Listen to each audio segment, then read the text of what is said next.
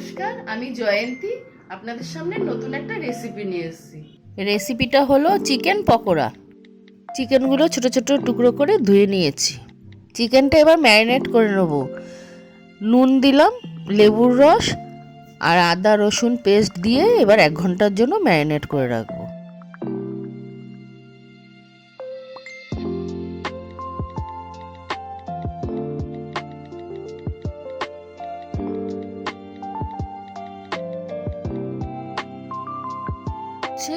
ডিম একটা ভেঙে দেব, আর সয়া সস দেব, গোলমরিচ গুঁড়ো দেব, কাশ্মীরি লঙ্কার গুঁড়ো, ধনে গুঁড়ো আর কুচানো লঙ্কা দিয়ে একটু মেখে নেব।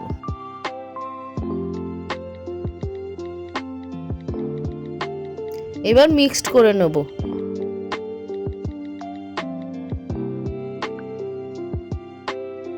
এবার অ্যারারুট আর চালের গুঁড়ো, ধনেপাতা কুচি দিয়ে ভালো করে মাখিয়ে নেব।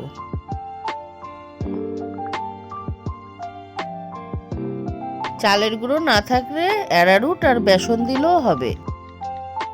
কড়াতে তেল গরম হয়ে গেছে, এবার চিকেনের টুকরোগুলো ছেড়ে দিচ্ছি।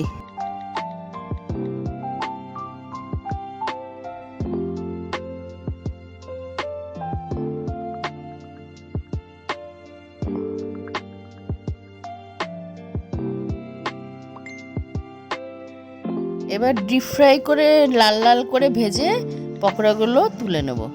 চিকেন পকোড়া আমার তৈরি। রেসিপিটি কেমন লাগলো আপনারা একটু জানাবেন।